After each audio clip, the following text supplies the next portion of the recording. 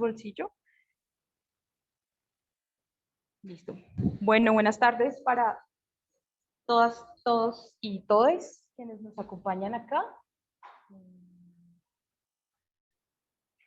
Para las personas que nos acompañan de manera virtual y para las personas que están acá, la mayoría hombres. Bueno, entonces hoy vamos a hablar de metodologías cualitativas y evaluación de políticas públicas. Y básicamente lo que voy a hacer es compartirles un poco, digamos, de lo que ha sido mi experiencia en el ámbito de evaluación de políticas públicas, particularmente en el Departamento Nacional de Planeación, en donde fui asesora cualitativa durante 4 años más o menos. Esa experiencia me llevó a como poner en el ámbito público aprendizajes de mi formación como socióloga, pero sobre todo también me llevó mucho a aprender nuevas cosas en la medida en que tuve que aprender un lenguaje y apropiarme de un montón de herramientas que me permitiera poner en diálogo todo ese conocimiento que traía del ámbito de la investigación social en el ámbito, digamos, de las políticas públicas. No puedo con esto acá, me va a tocar ponérmelo ahí y ustedes me dirán si me escuchan, si se escucha bien en el Zoom. Pueden escribir en el...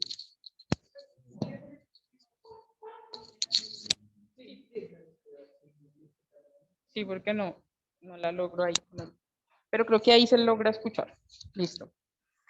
Entonces, antes de arrancar, pues quisiera preguntarles, o mejor dicho, para arrancar, quiero preguntarles, pues a ustedes, a la audiencia virtual y a quienes están acá, ¿por qué son importantes las metodologías cualitativas para la evaluación de políticas públicas? Y aquí les voy a pedir que hagamos este ejercicio a través de este formulario online. Ya les quito ese no sé dónde aparece, ya.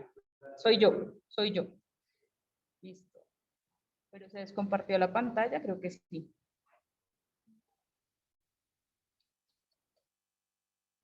Sí, creo que sí dejó de compartirse.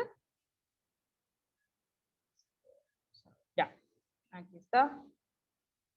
Listo, ya.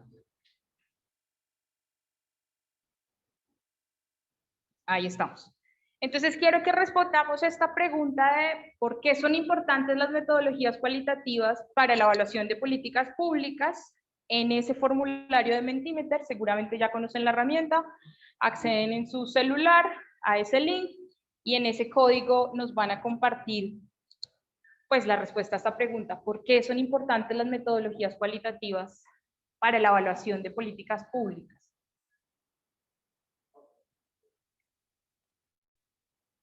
¿Sí? ¿Cómo la ven?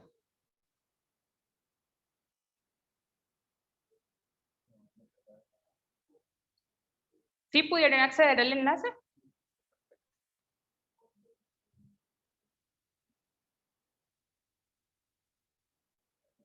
Vamos a partir del supuesto de que todos los que estamos aquí en este taller tenemos alguna idea, alguna relación con metodologías cualitativas y pues digamos con evaluación de políticas públicas. Sabemos que las políticas públicas se diseñan y se implementan y se tienen que evaluar para revisar su eficiencia y demás. En ese proceso de analizar su eficiencia, de si la política funciona o no, ¿qué pueden aportar las metodologías cualitativas?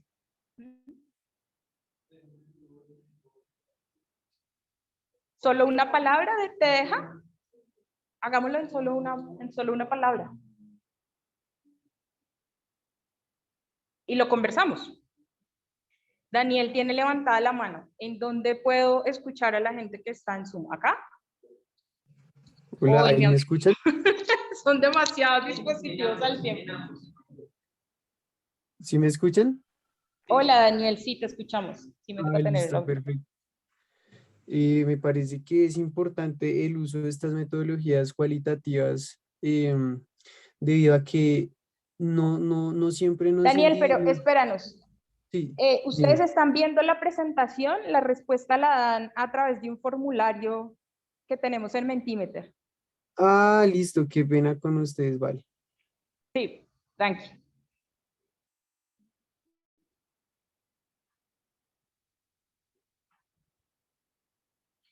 Ahora voy a salirme de acá.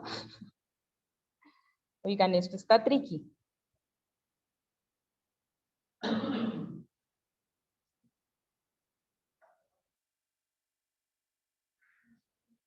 Listo, ya tenemos varias respuestas.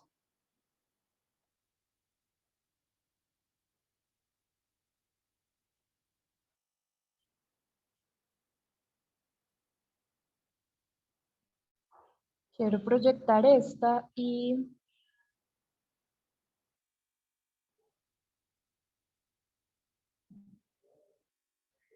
para no complicarnos con la compartida de la pantalla y demás, les voy a contar algunas de las respuestas que nos aparecen en el Mentimeter. Entonces aparecen palabras como legitimidad pública, planeación precisa, ahondar temas específicos, ganar profundidad en los datos, explicar cómo y por qué, contexto, precisión, obtener datos no numéricos, vuelve a aparecer contexto, proximidad, evidencia, participación ciudadana, codificación de variables, efectividad, calidad, complemento, experiencia, visión de mundo, sentir de los sujetos, supongo que como describir o documentar eso, no somos solo cifras, listo, perfecto. Todas esas cosas que hemos dicho, digamos, todas esas respuestas que ustedes nos han dado en el Mentimeter, voy a volver aquí a la presentación, se resumen en 3 grandes palabras. A mí me gusta mucho cómo lo expresa un autor que se ha dedicado como a investigar o posicionar las metodologías cualitativas en el ámbito de las políticas públicas. Un autor de apellido Maxwell y seguramente van a encontrarse, digamos, con este personaje en diferentes escenarios. Ahí está, aquí es donde cambia. Listo, perfecto. Bien. ¿Cuáles son esas 3 palabras en las que se resume esa importancia? El contexto. Las metodologías cualitativas nos permiten caracterizar los contextos. Las políticas públicas no son algo que lleguen a contextos neutrales, ¿sí? Llegan a contextos en donde hay relaciones sociales y normas sociales y las políticas públicas empiezan a operar con base en ese funcionamiento. Vamos a ver, digamos, a lo largo de esta charla y de otras, la que viene el 14 de junio, que no sé si ya la anunciaron, pero es como la segunda parte de esta, sobre cómo unas metodologías, como si se puede hablar, por ejemplo, de evaluación de impacto cualitativa, que es algo que no es muy como popular o no es muy conocido, porque en el ámbito de las políticas públicas y de la evaluación, uno no puede solamente explicar el resultado, sino que tiene que explicar a qué se deben esos resultados. Y las metodologías cualitativas nos van a ayudar justamente a eso, a identificar el contexto, qué características tiene ese contexto, qué normas sociales están operando en ese contexto, cómo se relacionan las personas que están en ese contexto y demás. ¿Qué pasó?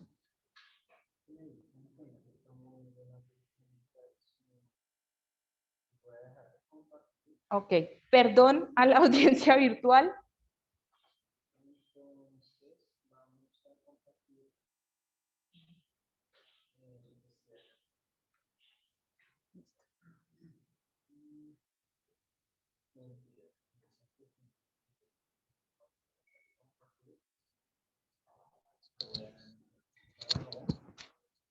¿Sí?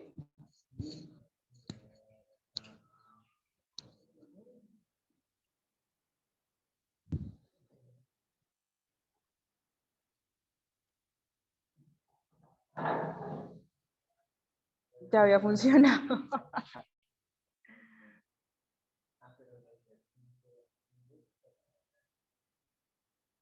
Alguien tiene que estar pendiente de las intervenciones virtuales porque si no la logro con el audífono hablar y...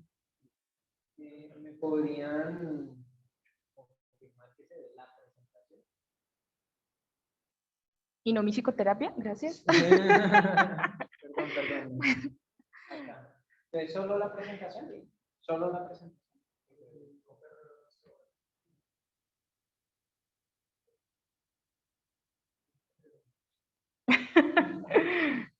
Sí, se cayó. Ah, no, pero mira que aquí en teoría tendríamos que verlo y pues no se ve nada.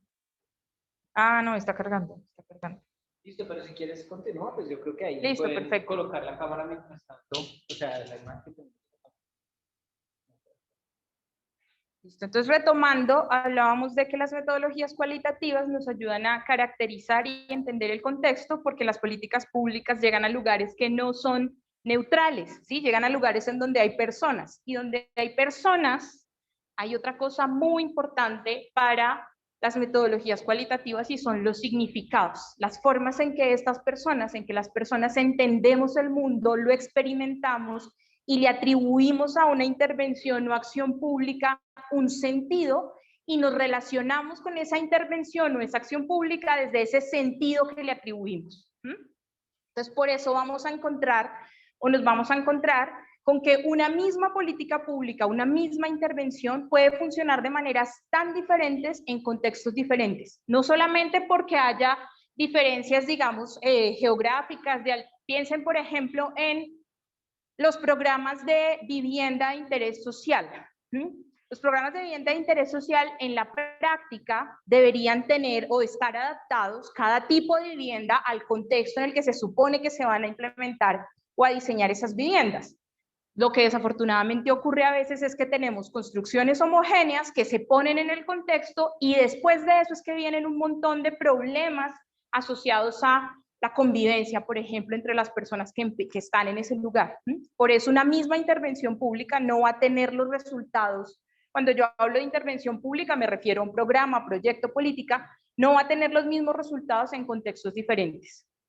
Porque hay personas, y porque esas personas le otorgan a ese contexto y a esa intervención pública unos significados y un sentido para interactuar, digamos, con ella. Y lo otro que nos aportan las metodologías cualitativas, o que nos ayudan a entender las metodologías cualitativas, no sé aquí dónde tengo que pasarla, cómo hago para pasar la presentación.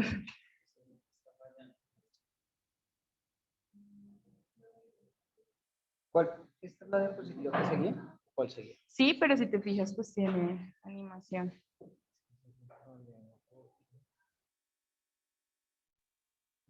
Si quieres, cerrémoslas todas, las que están abiertas.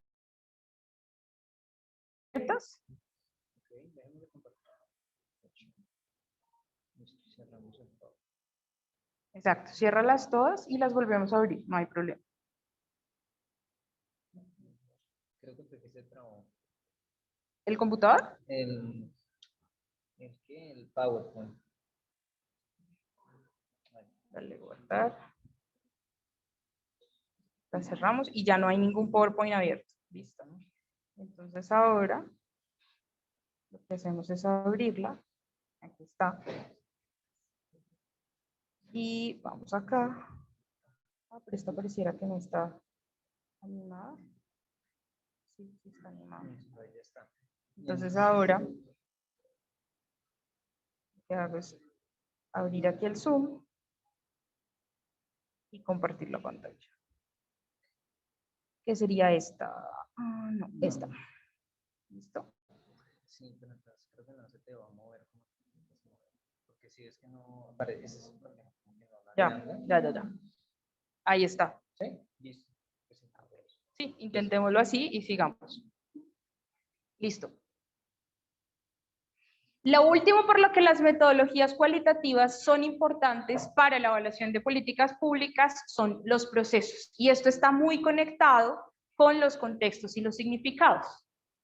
A veces, digamos, uno puede haberse craneado el contexto y hacer unas políticas que se adapten, digamos, a las particularidades de cada contexto, cosa que es muy, muy difícil, ¿no? Uno puede haber pensado como, bueno, en este contexto las personas culturalmente perciben que la vivienda sirve para tal cosa, ¿sí? Uno puede haber pensado también en los contextos, pero uno tiene que pensar también en los procesos que van a permitir que esa política pública opere en ese contexto lleno de significados. A estos, digamos, para dimensionar estos tres elementos es que nos sirven las metodologías cualitativas. Caracterizar, analizar, describir, identificar características de contextos, lo mismo para significados, y para procesos, como entender cómo un proceso opera para devenir, digamos, o para producir determinados resultados de política pública. Quisiera que nos quedamos con este mensaje, porque justamente ahorita cuando empecemos a hablar de los tipos de evaluación, quiero que empecemos a pensar, bueno, si las metodologías cualitativas nos sirven para pensar contextos, significados y procesos, ¿qué preguntas me puedo hacer con base en esos 3 elementos para cada tipo de evaluación? ¿Cuáles son las claves para el diseño de una evaluación de política pública? Hay distintas estrategias para hacer evaluación de políticas públicas. Los organismos internacionales suelen tener unas que, por ejemplo, hablaba con Camila, que es una de las investigadoras de REDE, y ella me decía que los organismos internacionales usan mucho metodologías cualitativas para la evaluación de políticas públicas.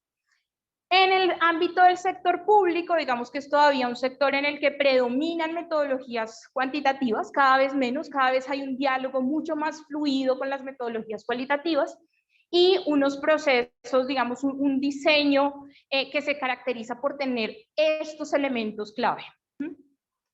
De esos elementos clave vamos a profundizar hoy en 2. La cadena de valor, seguramente ustedes han oído hablar de eso, y las preguntas orientadoras.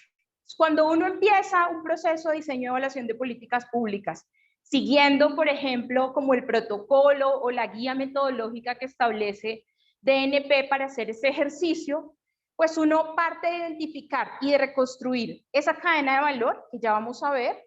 Después de eso hace un ejercicio de identificar cuellos de botella. Aquí en este ejercicio de identificación de cuellos de botella son claves las metodologías cualitativas.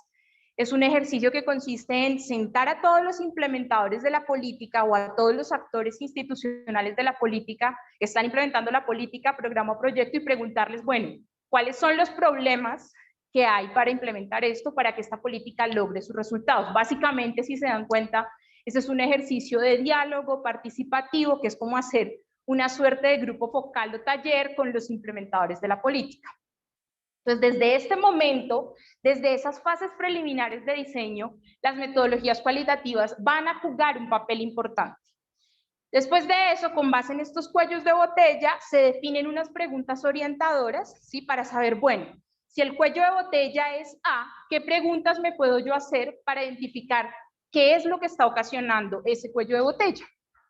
Después de generar esas preguntas orientadoras, se construyen unas hipótesis que van a probarse con trabajo de campo, cuantitativo o cualitativo, para responder esas preguntas orientadoras y probar, digamos, si esas hipótesis son ciertas o no.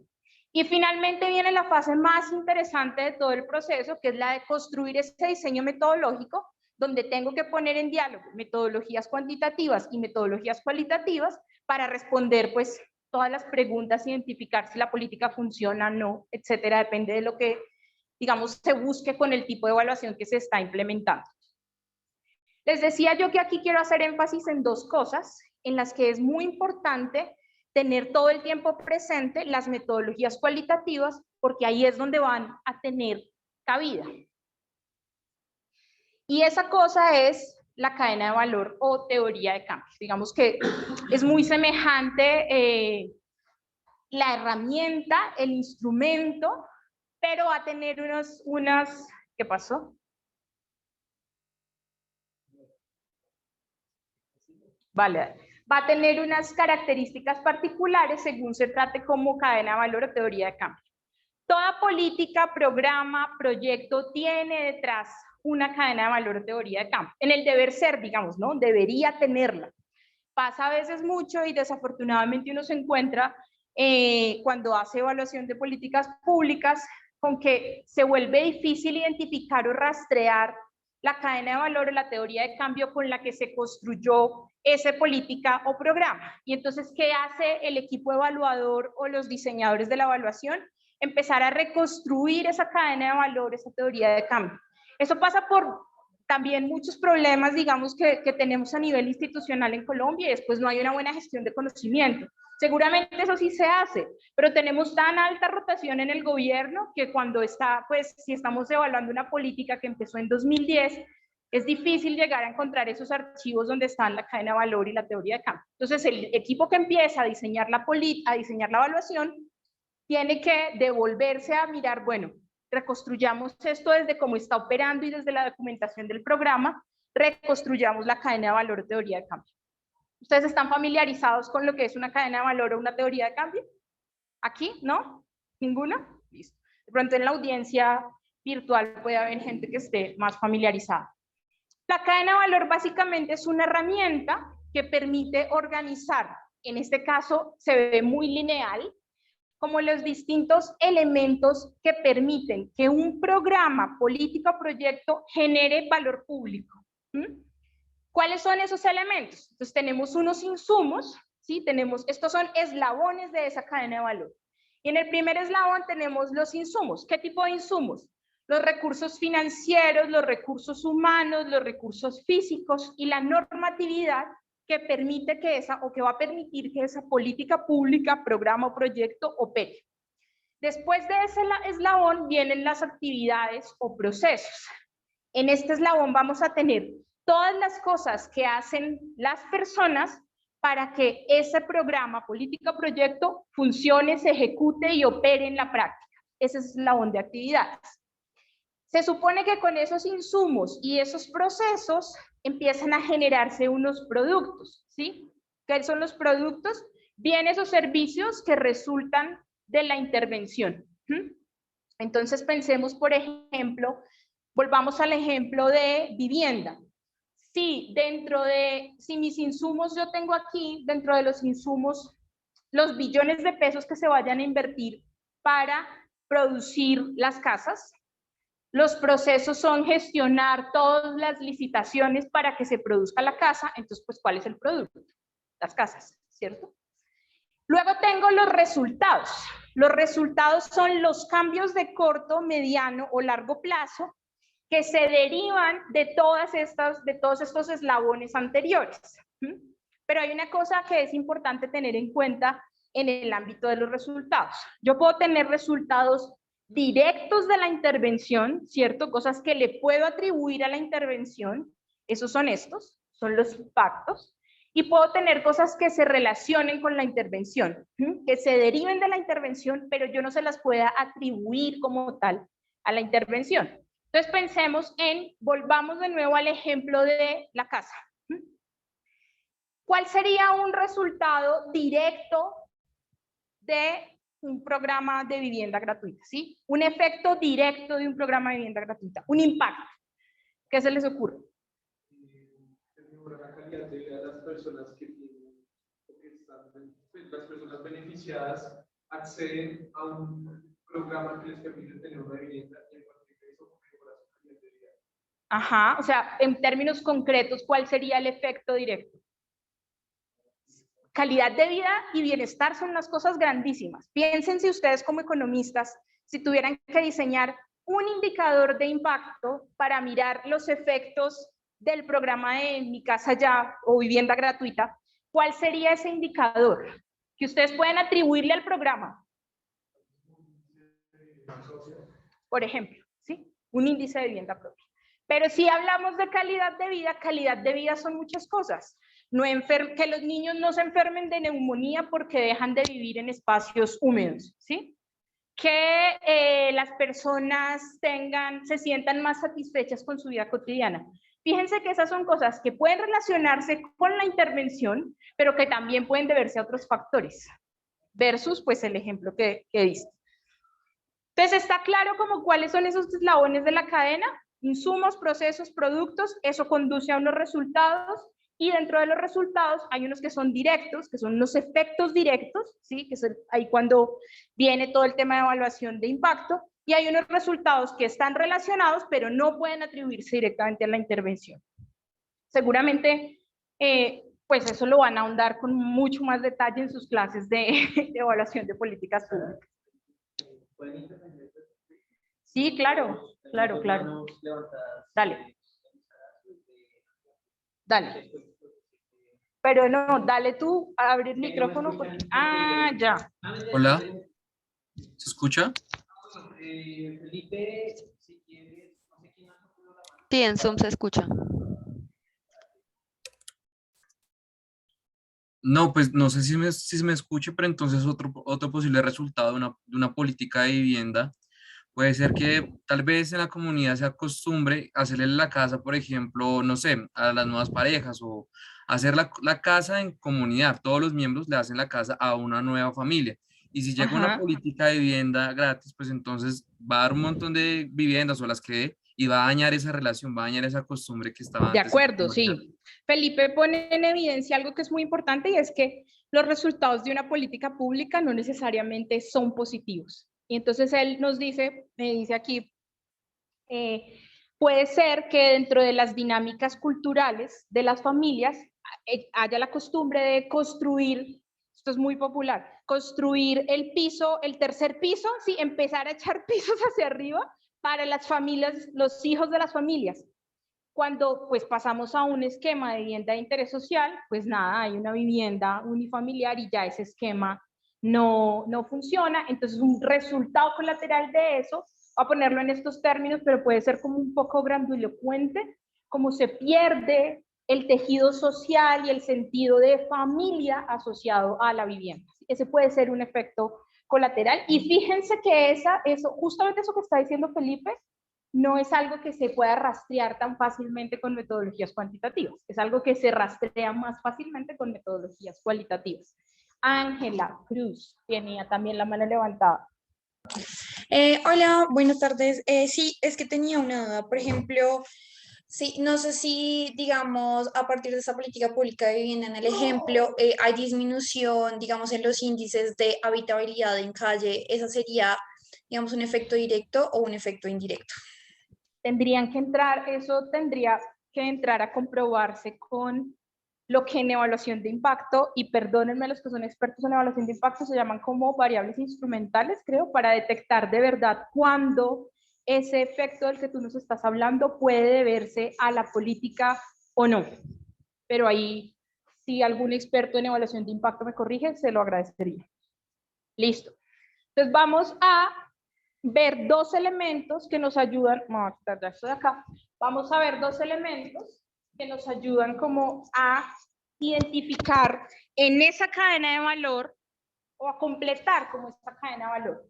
Por un lado, los cuellos de botella, tener claro que son cosas que se presentan en los distintos como eslabones, ¿no? Yo puedo tener cuellos de botella en los insumos cuando no tengo normatividad que me respalde la implementación de la política pública, cuando se plantea la política y no hay recursos financieros como disponibles para ejecutarla, cuando no tengo personas capacitadas para implementar esa política pública. Puedo tener en los procesos cuellos de botella cuando la implementación de la política requiere una articulación interinstitucional y no están los canales o no se generan los canales para promover esa articulación. Puedo tener cuellos de botella en los productos cuando el bien o servicio no se produce a tiempo o cuando tiene características defectuosas. Puedo tener cuellos de botella en los resultados cuando, por ejemplo, no estoy logrando el resultado que se propone la política o el proyecto, ¿cierto?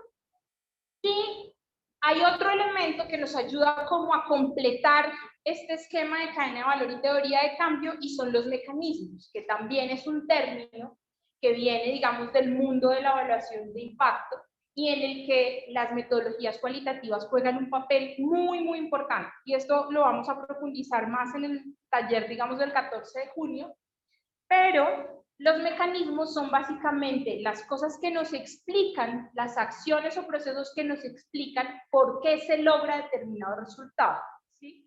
¿Qué es de lo que yo hago en toda la cadena de valor que me produce ese resultado al que yo le estoy apuntando?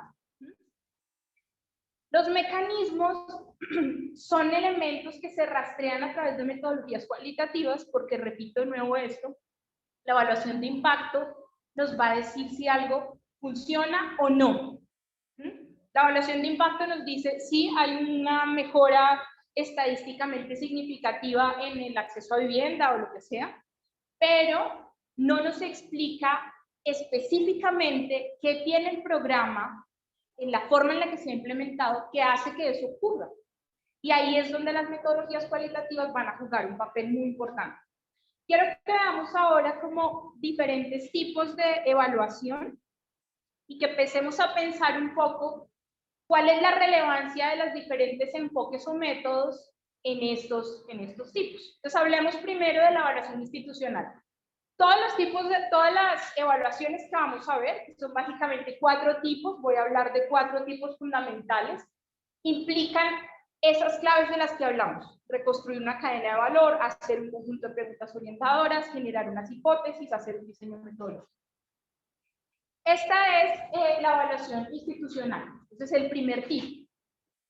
¿Qué es lo que caracteriza este tipo de evaluación? Básicamente se trata de un análisis de la capacidad institucional de las entidades para operar una política pública, ¿sí? Evaluar su infraestructura, la normatividad, los recursos. ¿Para qué nos sirve?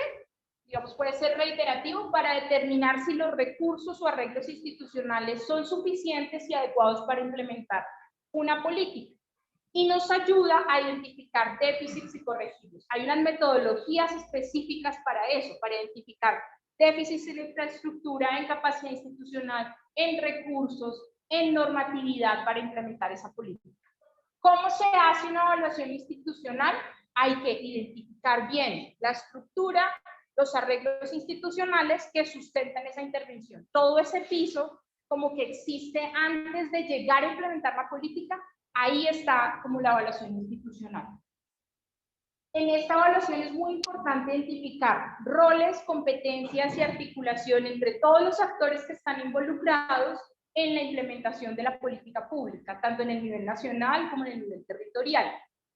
¿Cuáles son las limitantes de este tipo de evaluación? No llega a hablarnos de resultados y no se establecen relaciones causa-efecto, que pues es algo vuelve y juega muy importante como en el mundo de la evaluación de políticas públicas.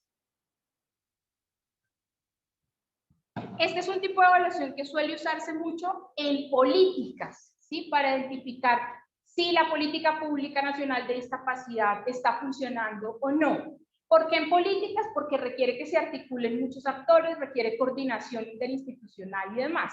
Para programas o proyectos vamos a ver otros tipos de evaluaciones que son más funcionales, como para escenarios mucho más concretos, aunque también se puede usar para programas y proyectos. Me dicen cuando o pasar la diapositiva.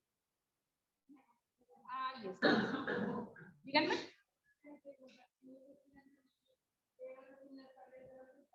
Háblame más duro, perdóname.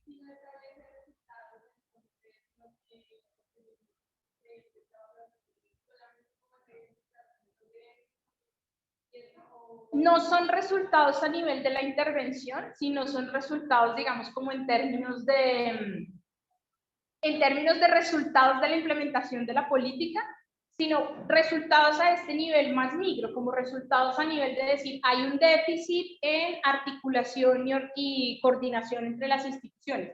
Claro, ese es un resultado en términos del tipo de evaluación, pero no un resultado en términos de la intervención. ¿Me hago entender? Volvamos al ejemplo, sigámosle dándole al ejemplo de vivienda gratuita. Para implementar una política de vivienda gratuita, pues no es solamente que al Ministerio de Vivienda se le ocurra que hacemos la política pública y montamos las casas y demás, sino que tiene que entrar en unos procesos de diálogo con las entidades territoriales, con constructores, con, por ejemplo, organizaciones o entidades que lleguen a hacer intervención social en esos espacios. Uno no puede llegar y tirar a la gente allá en la casa y mire cómo se defiende, ¿no? Entonces entra ICBF, policía y otro montón de actores. Entonces, un resultado de la evaluación institucional puede ser que los actores que tienen que garantizar que la gente obtenga mejor calidad de vida y bienestar en ese espacio, pues no están articulados. Y si no están articulados, pues eso va a devenir en resultados para la intervención, ¿sí? Como que la gente, aunque tiene casa, se siente más feliz.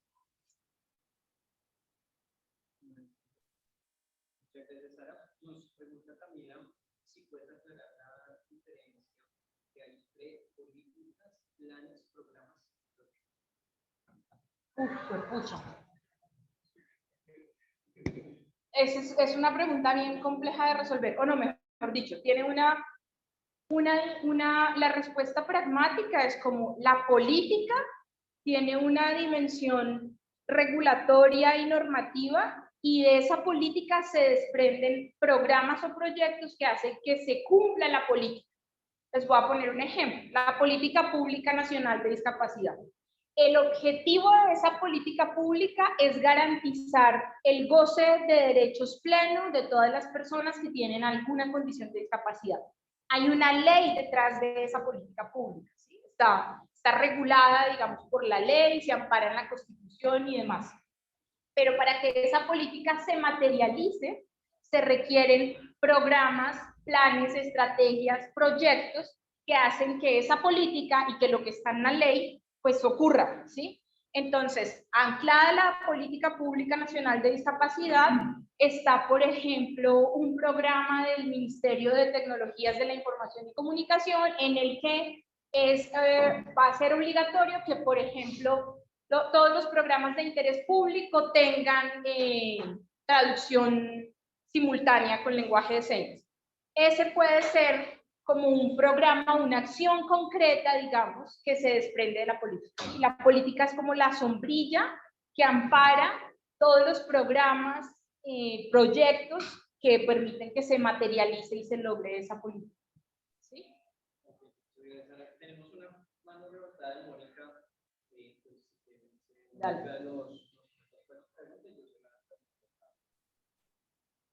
Hola, buenas tardes. Escuchándote, Sara, quisiera decir, todo este arreglo institucional, entonces es conveniente, digamos, que evaluarlo previa a la implementación de esos programas y proyectos que se derivan de la política pública, porque pues esa, digamos, falta de coordinación puede ser un cuello de botella luego en la implementación. Entonces estaríamos hablando como de una evaluación previa, o sea, porque evaluación no quiere necesariamente decir que se tenga que hacer post implementación, ¿verdad? No, no alcancé a escuchar todo. Entonces, acá, pasando a pregunta, tienes, planteas que como ¿Aló? esta falta de una... Mónica, te estoy escuchando ahora sí, si quieres hazme la pregunta y así te ahorro. Vale, no, lo que estaba diciendo es que como el arreglo institucional hace parte, por decirlo así, de la ambientación de una correcta implementación de los programas y proyectos, esa evaluación tendría que hacerse previo a la implementación de esos programas y no post, porque entonces ahí no podríamos detectar o adelantarnos a unos posibles cuellos de botella. Entonces estaríamos hablando de una evaluación previa, ¿verdad? Mónica nos hace una pregunta súper interesante.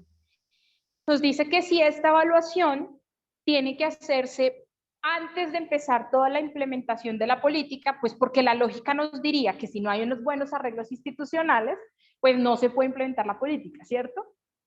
Estamos en Colombia. Entonces, no, todo esto es para decir, desafortunadamente en Colombia, no sé si es un problema, digamos, del mundo, pero desafortunadamente en Colombia no tenemos una cultura de la evaluación. Una cultura de la evaluación sólida. Si ustedes se fijan o uno empieza a revisar políticas, la política y la implementación de la política debería traer desde su diseño la evaluación, ¿sí? Como que sea obligatorio, pues, hacer una evaluación de la política, del programa o proyecto. Eso no pasa. Y muchas veces no hay presupuestos, por ejemplo, para hacer esas evaluaciones. O sea, evaluar cuesta.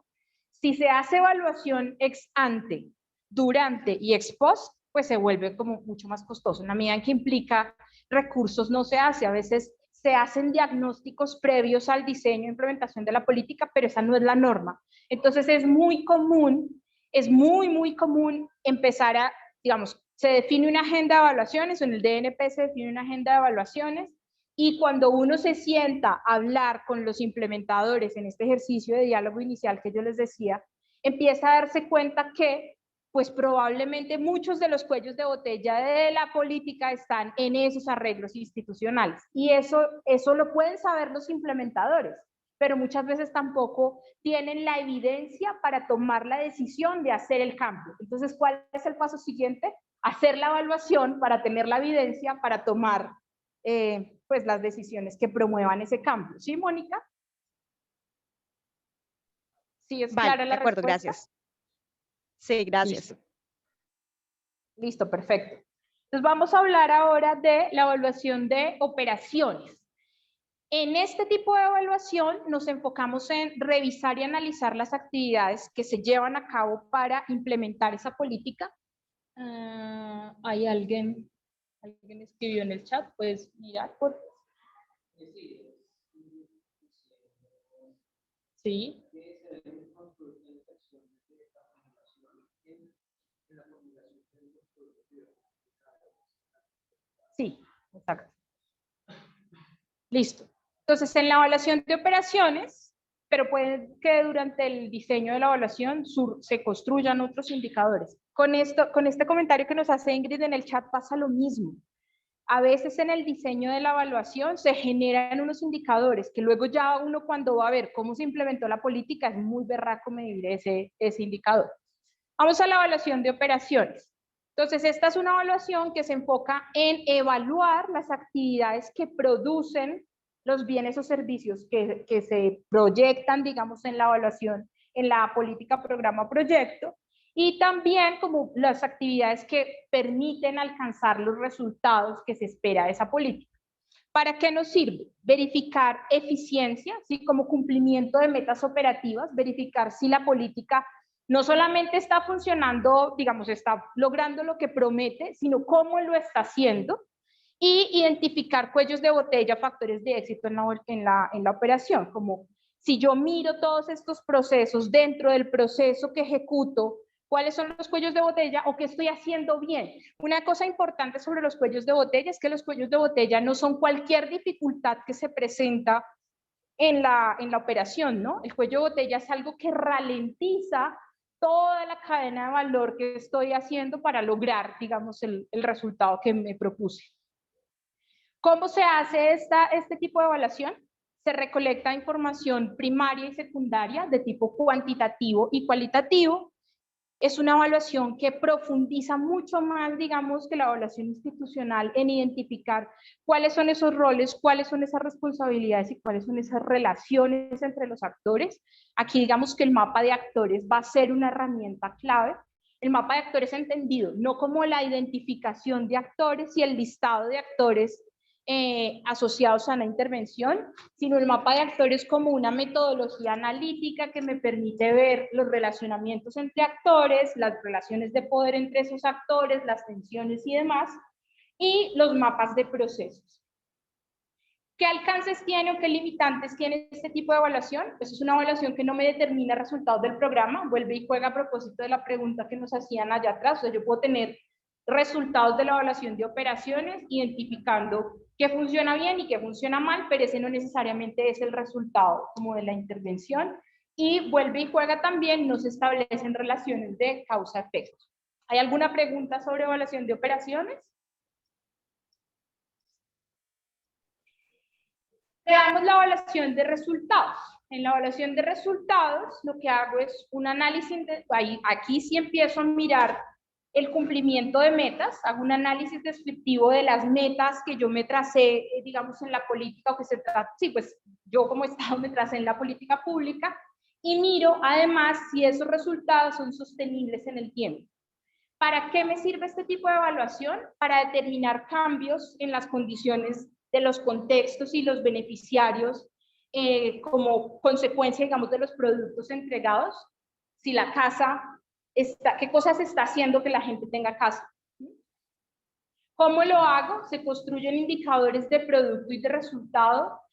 Se revisan fuentes primarias y secundarias, cuantitativas y cualitativas. Digamos que en los dos tipos de evaluación que vimos antes, la evaluación institucional y la evaluación de procesos, es mucho más típico, esta es una afirmación que también va a hacer que puede estar cambiando con el tiempo, pero es mucho más típico apoyarse en metodologías cualitativas, ¿no? Pues porque si yo voy a describir un proceso, sí, los ingenieros industriales lo hacen a través de metodologías cuantitativas, pero también tengo que preguntarle a la gente, bueno, ¿por qué ese proceso está fallando?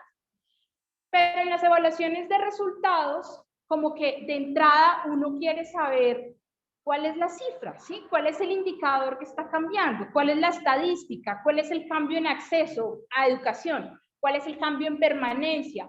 ¿Cuál es el cambio en acceso a vivienda? ¿Sí? ¿Cómo mejoran los ingresos? Todo eso son cosas que yo respondo o que se responden, digamos, con mayor legitimidad a través de datos cuantitativos. Pero también recientemente, y este es un cambio que a mí me alegra mucho ver, como yo me atrevería a decir que es un cambio de la última década, no sé se está empezando a ver los resultados también en términos de la percepción de la gente, ¿sí? El resultado no es solamente el indicador cuantitativo, valiosísimo tener el indicador cuantitativo, pero también cómo percibe la gente que esa política, programa o proyecto está transformando su vida, cómo percibe la gente que se transformó.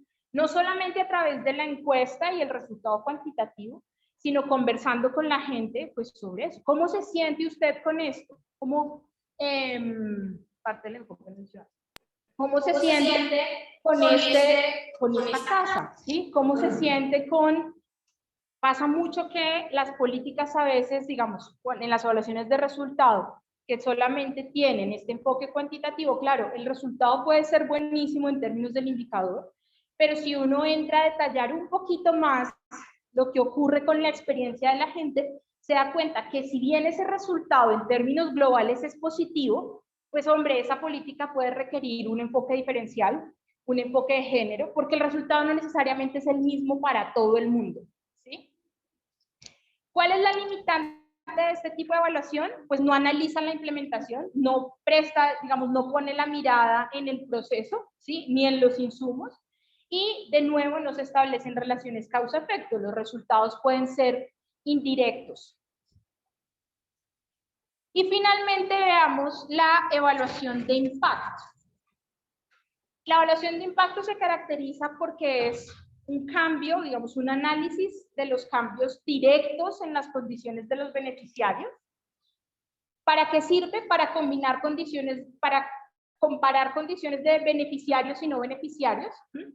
Seguramente las personas que están muy familiarizadas con la evaluación de impacto saben que incluso esto era muy usado en medicina y el lenguaje que tiene hoy en día la evaluación de impacto pues viene un poco como de ahí, ¿no? La gente habla de tratamiento para referirse a la intervención pública.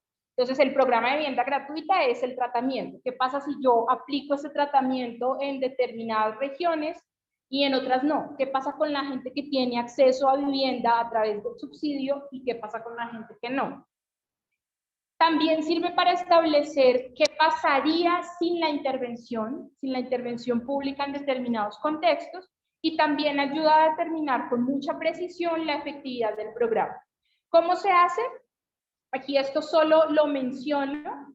Digamos, en la evaluación de impacto vamos a tener diseños experimentales, cuasi experimentales, y también recientemente se están usando como experimentos comportamentales que hacen como un match con la psicología para determinar el impacto. Eso es como lo que está de moda.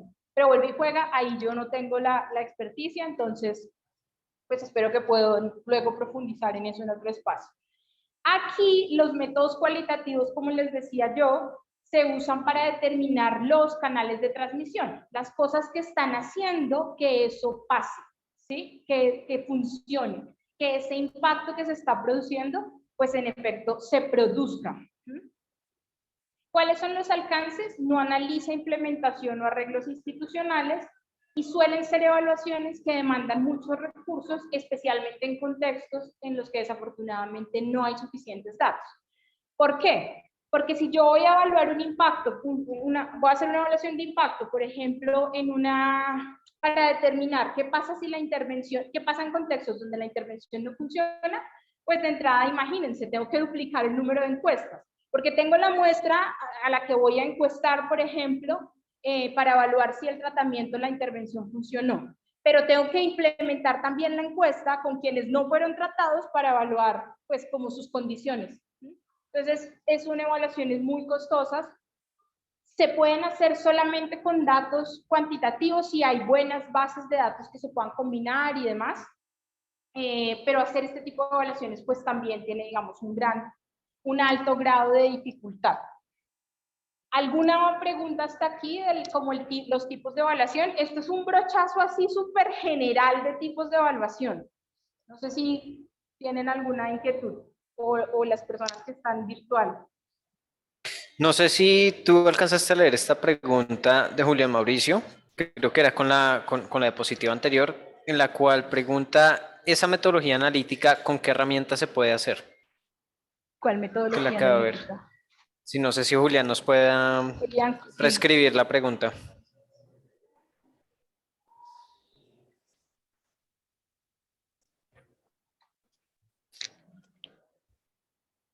Ángela levantó la mano mientras tanto, entonces si quieres, Ángela, nos comentas. Sí, yo tengo una duda. Entiendo más o menos que la diferencia entre la evaluación de resultados y la evaluación de impacto es que la evaluación de impacto revisa, ¿no? O analiza, valga la redundancia, como los impactos o los resultados directos de la política. Y la Sí. evaluación de resultados analizaría tanto los indirectos como los directos o solamente los indirectos. La diferencia también está en las metodologías que se usan. Desde la evaluación de resultados puedes analizar resultados directos o indirectos, pero no usas una metodología econométrica que te ayuda a determinar si es un efecto que de verdad se debe solo a la política, ¿sí? Y también miras efectos indirectos. En la evaluación de resultados suelen ser muy usadas la encuesta. En las evaluaciones de impacto es necesario entrar a mirar diferentes bases de datos y datos que nos permitan que no sea solamente el autorreporte del beneficiario el que diga cuál es el efecto, ¿sí? Entonces la diferencia también está, o sea, la diferencia más significativa entre ambos tipos de evaluación está en las metodologías que usas. Así es. Listo, ahora voy a hacer, tengo aquí unos ejemplos de preguntas y me gustaría que intentáramos como jugar a, bueno, ese tipo de pregunta, a qué tipo de evaluación corresponde. Entonces, la primera pregunta que tengo allá es tomada de la evaluación de planes de gestión social que se hacen o que deben hacer los proyectos mineros cada vez que van a explotar en algún lugar, ¿sí? Entonces, se supone que cada proyecto minero tiene que hacer un plan de gestión social, de decir, bueno, vamos a explotar esta zona, pero vamos a traer una escuela. Estoy diciendo cualquier cosa así como en abstracto. Entonces, esta es una evaluación que se pregunta cómo los titulares mineros desarrollan el proceso de caracterización y diagnóstico de las comunidades para la formulación de los planes de gestión social. ¿Ustedes qué creen? Esa es una pregunta que se conecta con qué tipo de evaluación. A ver. Ajá, aquí dicen operaciones. ¿Alguien opina algo diferente? En el caso de la audiencia virtual, ¿de qué tipo de evaluación creen que es esa pregunta? ¿Cómo los titulares mineros desarrollan el proceso de caracterización y diagnóstico de las comunidades para la formulación de los planes de gestión social? Así es. Esta es una pregunta de una evaluación de operaciones. ¿Por qué? Porque nos pone el foco en un ¿qué? Pues en un proceso, ¿sí? La siguiente pregunta es, ¿en qué medida las acciones del Plan Nacional de Música para la Convivencia, el Plan Nacional de Música para la Convivencia, han contribuido a la generación de capital social en los territorios? Esa es una pregunta de qué tipo de evaluación. ¿Por qué impacto? Sí, pero acuérdense, aquí dos cosas. Acuérdense que el impacto no es solamente cuantitativo, aunque sea la estrategia que predomina para eso. Lo ideal es combinar cuanti y quali. Alguien dice aquí resultados. Alguien dice resultados en el ámbito virtual.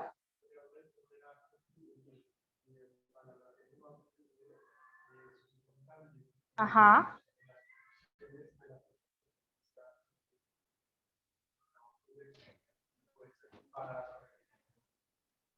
Dices tú que por eso argumentas que es impacto. ¿Alguien que piense algo diferente? Yo creería que es impacto porque se está preguntando si la intervención deriva ese resultado y la evaluación de resultados solo analiza pero no si es atribuible o no a la política, ¿no? Bueno, ahí tuvimos entonces una confusión con la evaluación de resultados. Esta es una pregunta de evaluación de resultados, porque fíjense, y la clave está, esto es muy tricky ya como del diseño de la pregunta, pero la pregunta dice cómo ha contribuido, ¿sí? Pero además de que el programa contribuya a eso, puede haber otros elementos del contexto, otros programas, otras intervenciones que también estén contribuyendo a mejorar el capital social en los territorios. ¿Sí? Sí es claro porque ya van a ver una pregunta digamos, de impacto, ¿sí? Sí es claro que en la evaluación de resultados yo tengo otros elementos que pueden estar sumando a que se genere ese resultado.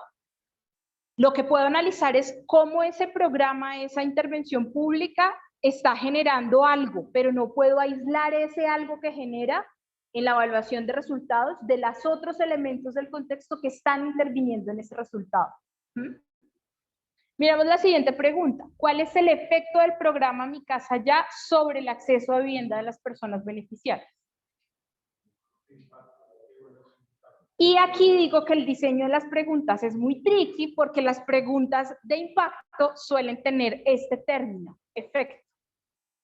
Las preguntas de impacto suelen estar acompañadas de esa pregunta, de ese término. Entonces, esa es evaluación de impacto.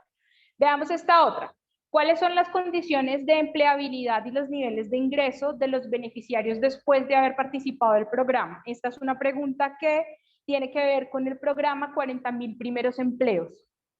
Entonces, la evaluación quiere responder si los beneficiarios de ese programa pues mejoraron sus condiciones de empleabilidad y niveles de ingreso después de haber sido beneficiarios, ¿no? Valga la redundancia. Impacto, dicen en la audiencia virtual. ¿Por qué resultados? Exacto, porque hay otros factores que mejoran los niveles de ingreso y la empleabilidad de los beneficiarios, ¿sí? O sea, por ejemplo, el lugar de donde salió de estudiar. Yo puedo tener 40 beneficiarios de 40.000 primeros empleos de, no sé, que estén estudiando en el SENA y en la corporación Remington. Y eso por capital social y demás seguramente va a influir, ¿sí? En que el estudiante o el beneficiario tenga más acceso a o digamos determinadas ventajas en el mercado. Estoy diciendo que eso puede pasar, no que pasa.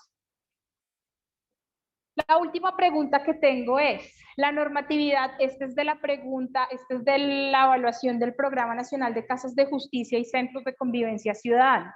En este caso la pregunta es, ¿la normatividad define competencias y lineamientos claros para las entidades que participan del Programa Nacional de Casas de Justicia y Centros de Convivencia Ciudadana? ¿Esa qué es?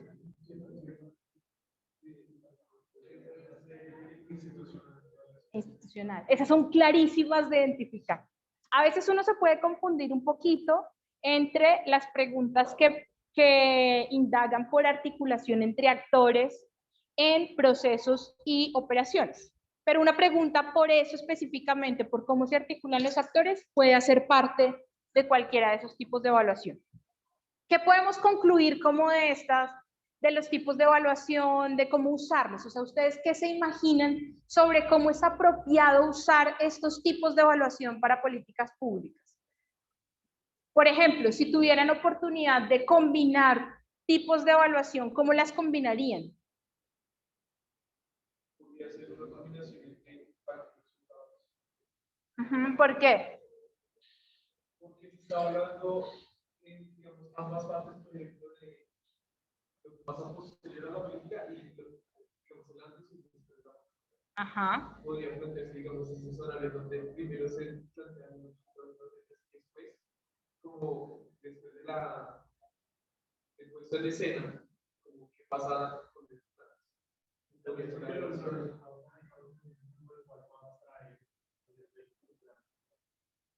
De hecho, fíjense que resultados e impacto no es algo que se suele combinar mucho, porque si yo ya estoy haciendo impacto, pues me quedo con los efectos directos, le meto los recursos a eso y de pronto no me concentro como en mirar resultados, me quedo con los efectos directos de la intervención.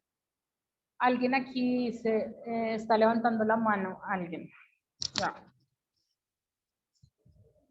Hola, César, puedes hablar. Dale, ¿me escuchan? Sí.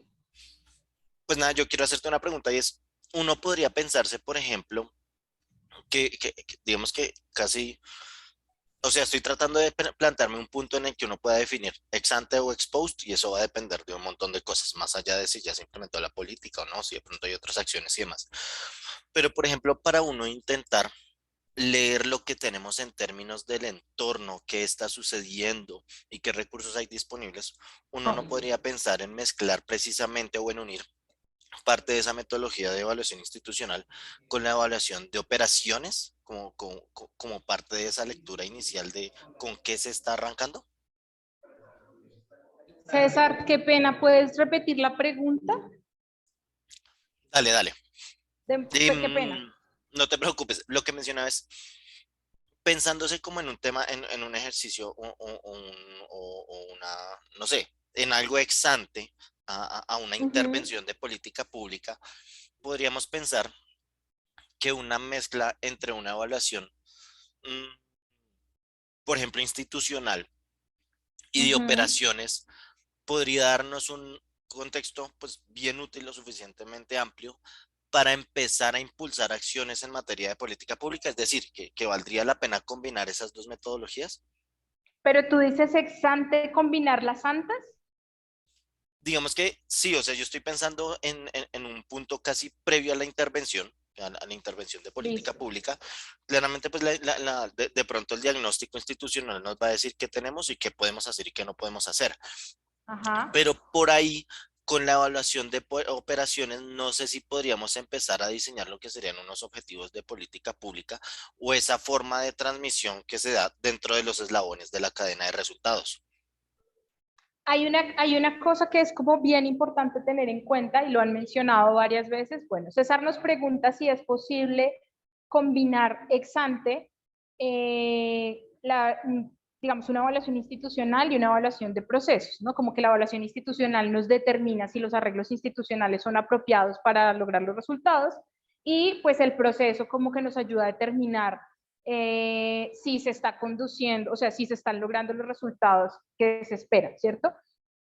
Las evaluaciones institucionales pueden hacerse ex ante, pero las evaluaciones de procesos no, porque no tenemos proceso que evaluar en ese caso. Las evaluaciones de procesos sería ideal, por ejemplo, que se hicieran durante la implementación, pero vuelve y juega que generalmente por un tema de economía y eficiencia de los recursos públicos, pues yo hago la evaluación de procesos y resultados, digamos, casi que las evaluaciones de resultados incluso no siempre se hacen después de que ha terminado la implementación, pueden hacerse durante, ¿sí? Puedo tener unos resultados de mediano, de corto, mediano y largo plazo. Pero la evaluación de procesos sí definitivamente es imposible hacerse durante la ejecución y les voy a contar también por qué no es buena idea hacerlo durante la ejecución. Y es que muchas veces, y esto desde la lógica de los métodos cualitativos, muchas veces durante la implementación la gente, como no es gente que esté operando como robot de un programa, pues es gente que tiene asociada emocionalidad a la implementación del programa. Y si el programa tuvo muchísimos problemas, pues van a estar altamente cargados de sesgo esas respuestas que recibamos como mientras hacemos la entrevista. O sea, le va a quedar a la gente muy difícil ver qué cosas están funcionando bien del proceso y van a hacer énfasis en las que están funcionando mal. Y puede haber ahí como un sesgo importante. Generalmente, ¿cómo se hacen estas combinaciones de evaluaciones? Yo combino resultados y procesos para, de nuevo, ver qué proceso me está conduciendo a determinado resultado. O puedo combinar institucional y resultados. O, como las de impacto a veces son tan costosas, suelen hacerse solitas. Y más bien se usan las metodologías cualitativas para ver, vuelve y juega, ¿qué es lo que nos ayudan a ver en las de impacto las metodologías cualitativas? Los mecanismos o canales de transmisión. Entonces, así un poco es como se juega con las evaluaciones. Toda esta introducción larguísima de tipos de evaluación, de la que espero que les haya quedado algo, es para volver a hablar de los tipos de diseños cualitativos y cómo vamos a ponerlos en diálogo con los diferentes tipos de evaluación. Entonces, esta es una sesión que fue ofrecida en febrero aquí por Rede y fue una sesión súper extensa sobre métodos y diseños metodológicos. Yo aquí simplemente quiero retomar para la audiencia que no estuvo en ese taller algo de esos diseños para que luego podamos empezar a pensar cómo yo uso estos diferentes diseños en cada tipo de evaluación. Entonces vamos a retomar esos 5 diseños claves. El primer diseño del que les quiero hablar es el de teoría fundamentada.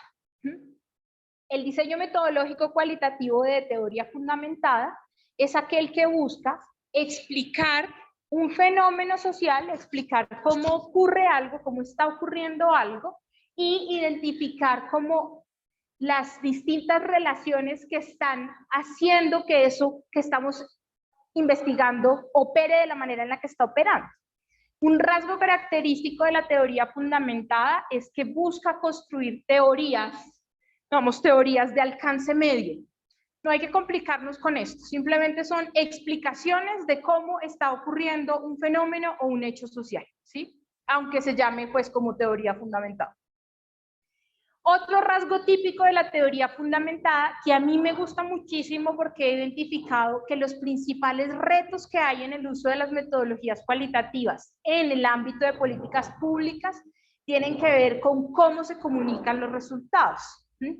Es muy difícil poner en el sector público y a un tomador de decisiones, poner a competir para ese tomador de decisiones una gráfica que tiene unos porcentajes claros con un discurso en el que yo le estoy explicando las percepciones de la gente, ¿sí? Esa es una de las razones, de hecho, por las que, y esta también es mi experiencia, o sea, hacemos unos levantamientos cualitativos importantísimos, unos diseños con mucho rigor, nos montamos tremendos instrumentos, hacemos, o sea, esos talleres nos salen en campo divino, y ya cuando se le va a mostrar al ministro, al viceministro o al director del DNP o a quien sea, los resultados de la evaluación, pues ¿qué le llevamos igual?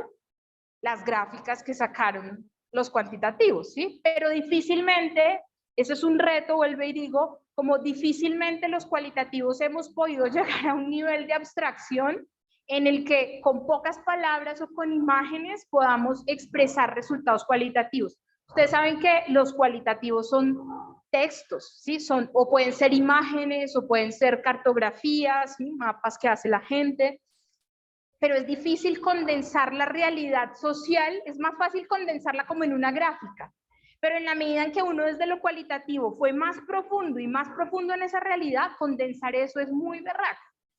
La teoría fundamentada tiene una herramienta poderosísima que son se llaman redes semánticas. Algo que a mí tampoco a veces me cuadra mucho de lo cualitativo y que yo creo que ha sido un reto para poder como establecer diálogos con otras disciplinas, es que a veces los nombres de las cosas son como rimbombantes, ¿no? Entonces, teoría fundamentada, diseño fenomenológico, y ahora les hablo de redes semánticas que no son otra cosa que mapitas conceptuales que nos muestran las relaciones. No quiero simplificar con esto lo cualitativo, pero sí quiero mostrar como que hay otras formas de nombrar las cosas que nos pueden ayudar a apropiarnos un poco más de eso, para usarlo, ¿sí? O por lo menos para reconocerlo, y cuando ustedes sean grandes, cuando sean ministros y demás, puedan como llamar a, oiga, vea, hay que hacer metodologías cualitativas en esto. Entonces, la teoría fundamentada tiene unos esquemas que muestran relaciones y cómo operan, esta descripción de la que les estoy hablando, cómo opera un fenómeno o un hecho social. Esa es una particularidad de la teoría fundamentada, ¿sí? Que me muestra esa explicación de manera muy pragmática en un esquema con conexiones.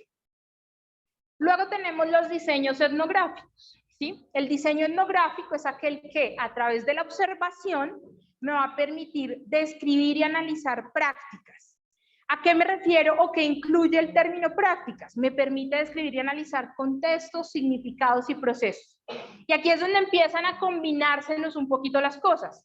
No que la teoría fundamentada no haga lo mismo, ¿sí? Porque la teoría fundamentada, igual, para explicar un fenómeno social, tengo que entender el contexto, los significados y los procesos, ¿sí? O sea, si lo llevamos al mundo de la política pública, pues esos son elementos que van a ser transversales a cualquier uso de las metodologías cualitativas en evaluación. Pero el rasgo característico del enfoque etnográfico es que sí o sí tengo que observar, y esa observación puede darse de dos formas, ¿sí? Observación no participante, donde hay un grupo al que yo estoy observando, pero no intervengo en esa realidad, u observación participante, donde yo me comprometo más, digamos, con ese trabajo de campo y me involucro, ¿sí? En el caso de mi casa ya, ¿cómo es una observación participante? ¿Cómo sería una observación participante?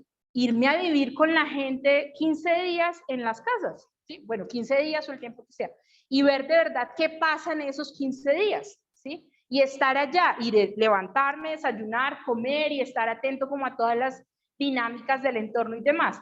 Una observación no participante es yo voy, hago el recorrido en la vivienda de interés social, pero pues no me involucro como tal ni con las familias ni con las comunidades. Obviamente establezco diálogos, pero no experimento tanto de primera mano esa realidad. Entonces, rasgos característicos de la etnografía implican observación. Este es un tipo de diseño que es bien complejo de usar en el ámbito de las políticas públicas. Es muy demandante en términos de tiempo. Imagínense ustedes tener pues un montón de investigadores en campo, un montón de tiempo, eso cuesta, digamos, esfuerzos, porque no es solamente la plata que le cuesta al gobierno mandar al investigador allá, sino el tiempo que después yo tengo que tener para procesar ese montón de datos que recopilo a través del método etnográfico. El método narrativo es aquel que nos va a permitir como reconstruir el hecho como si fuera una historia, ¿sí? Reconstruir la experiencia y las vivencias de la gente como si fueran una historia.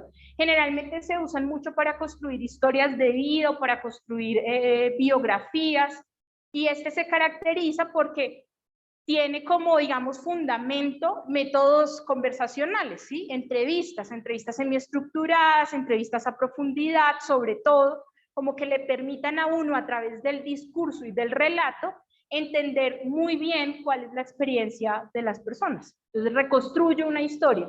Si lo llevamos al caso de Mi Casa Ya, pues qué lindo hacer, por ejemplo, historias de vida con gente que esta es su primera vivienda propia.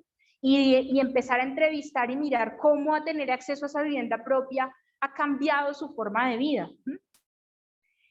Si nos vamos al otro diseño, el fenomenológico, aquí se nos empieza también a parecer como mucho al diseño narrativo, porque aquí también voy a usar métodos conversacionales, puedo también usar, digamos, métodos como la observación, pero lo que quiero es analizar la experiencia y los significados en torno a un fenómeno social, cómo las personas se relacionan, vuelve y juega, cómo las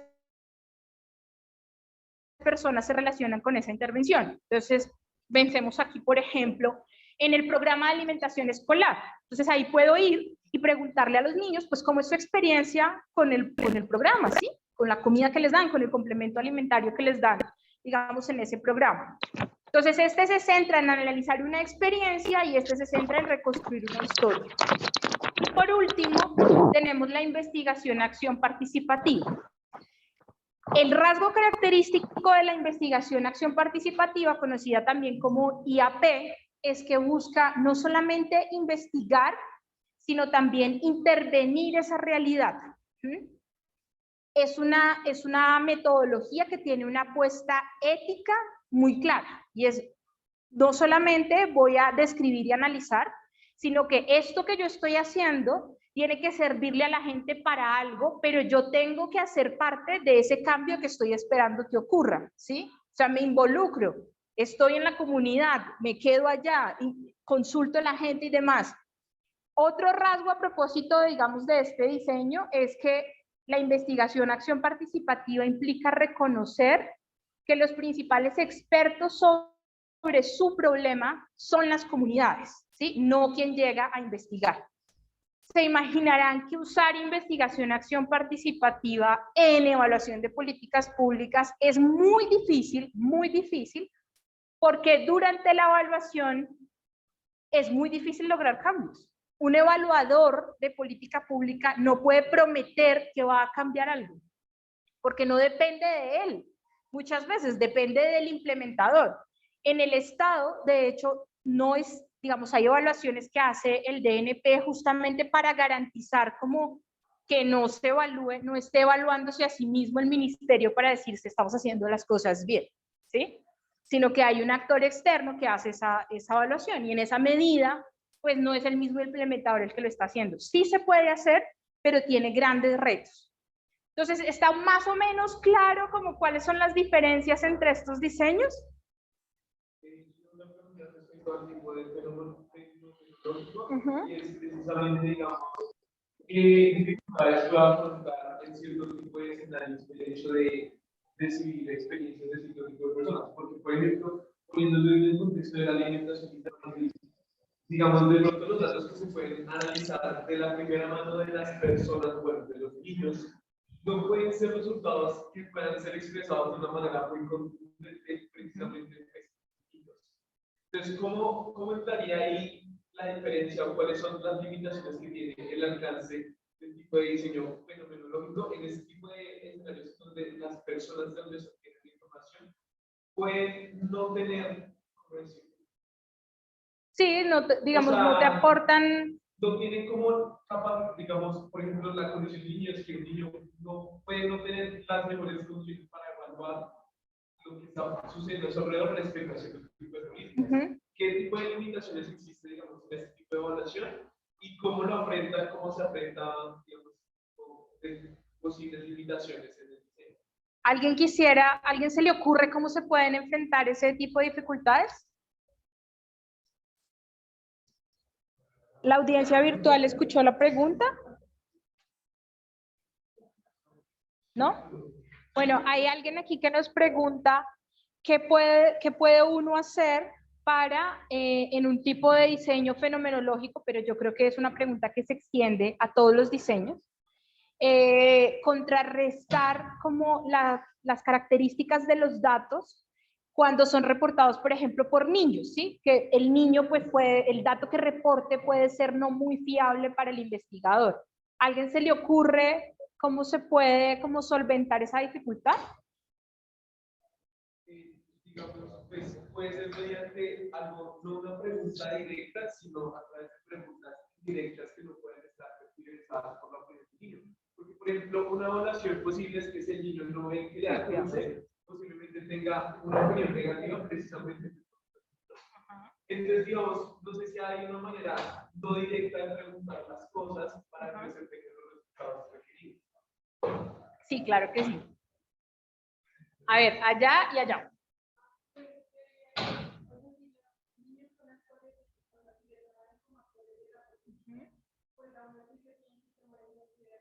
Ajá.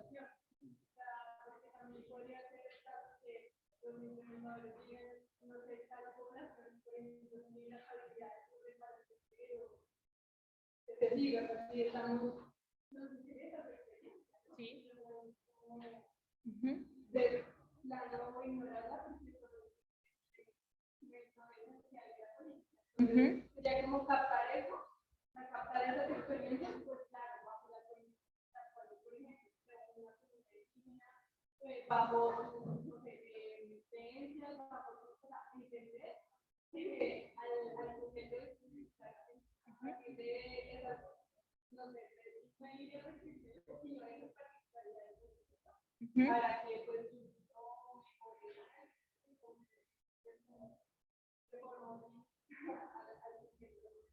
listo, o sea, tu punto es, no importa, o sea, que el investigador resuelva si entiende o no, lo importante es igual incluirlos, ¿cierto? Ese es como tu punto.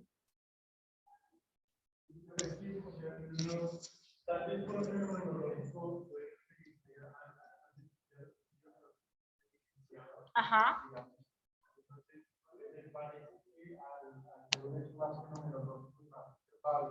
Se puede imaginar un poco el método para evaluar tal vez el resultado. Para que puede llegar un mente que es más objetivo pueda tal vez dar cuenta de cómo el efecto que ha producido el tipo de resultados competitivos. El tema de la alimentación de los niños, no están habilidades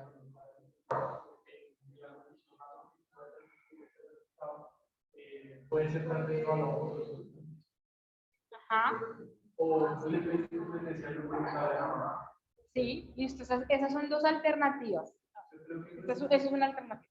Y además de lo yo creo que precisamente los análisis cualitativos de profesiones más cercanas a la rama social, que podrían ser profesionales que puedan acompañar a los niños. van a extraer esa información y van a organizarla de tal manera que en un análisis cualitativo esa información pueda ser asertiva y se pueda analizar eso. Tu pregunta fue muy interesante porque nos va a poner, digamos, nos pone en evidencia y en el terreno varias cosas, ¿sí? Primero, totalmente de acuerdo con la respuesta, digamos, de la compañera allá atrás. Sin importar como las características de esa población o, digamos, no podemos en el caso de los niños adoptar desde el ámbito de las políticas públicas una visión adultocentrista en la que necesitamos mirar el resultado y no importa si al niño le gusta o no la comida que se está comiendo, ¿sí? Porque lo importante, solo nosotros sabemos de micronutrientes y macronutrientes, ¿sí?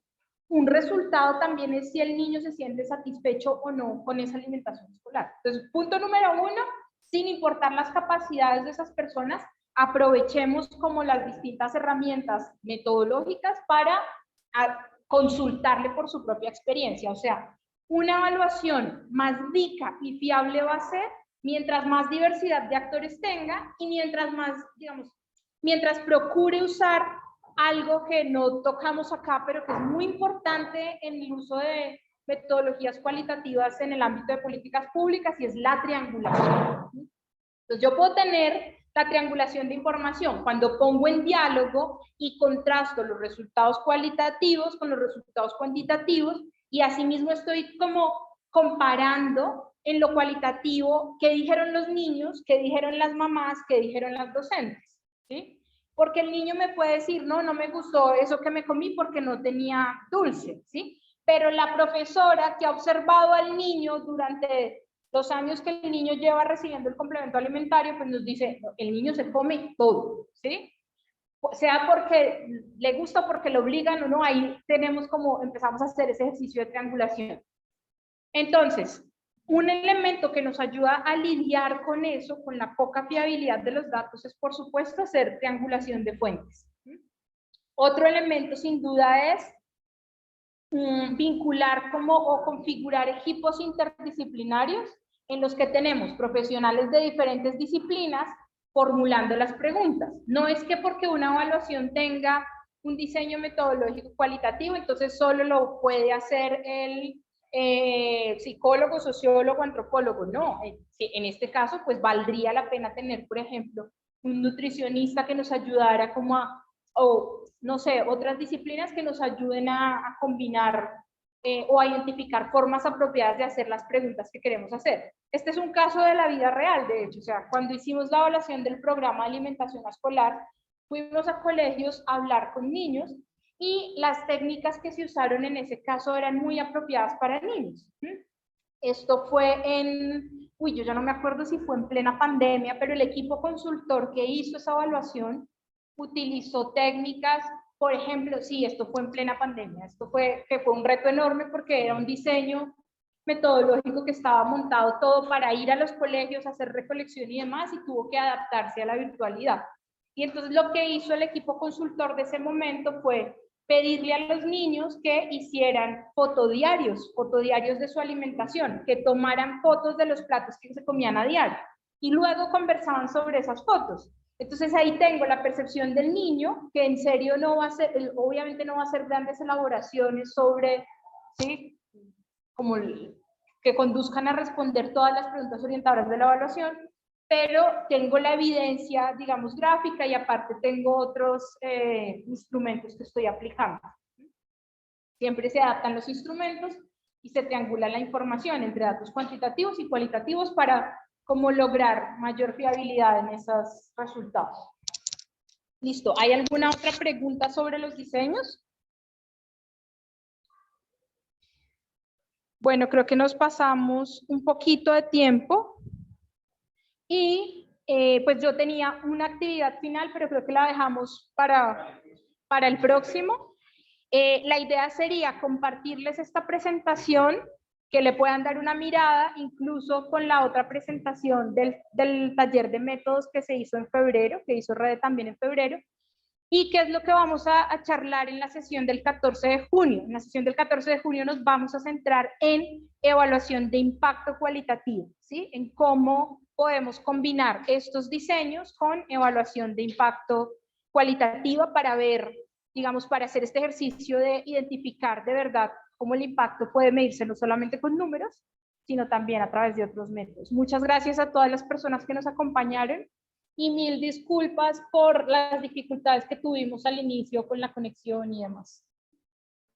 Listo. Muchas gracias, Sara, por el taller del día de hoy. Creo que fue bastante ilustrativo y creo que nos deja con muchas ganas de poder asistir al que tendremos el 14.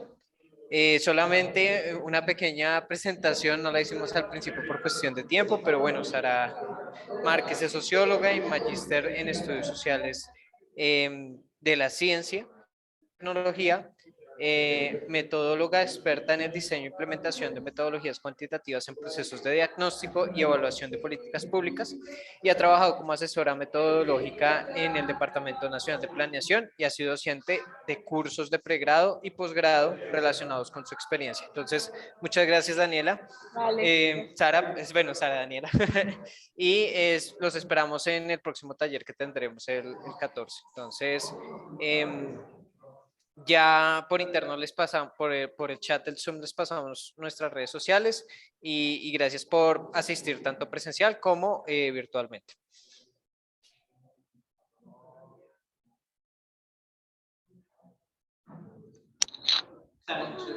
No, gracias a ti, gracias a ustedes. Gracias a ustedes. Chao, que estén bien.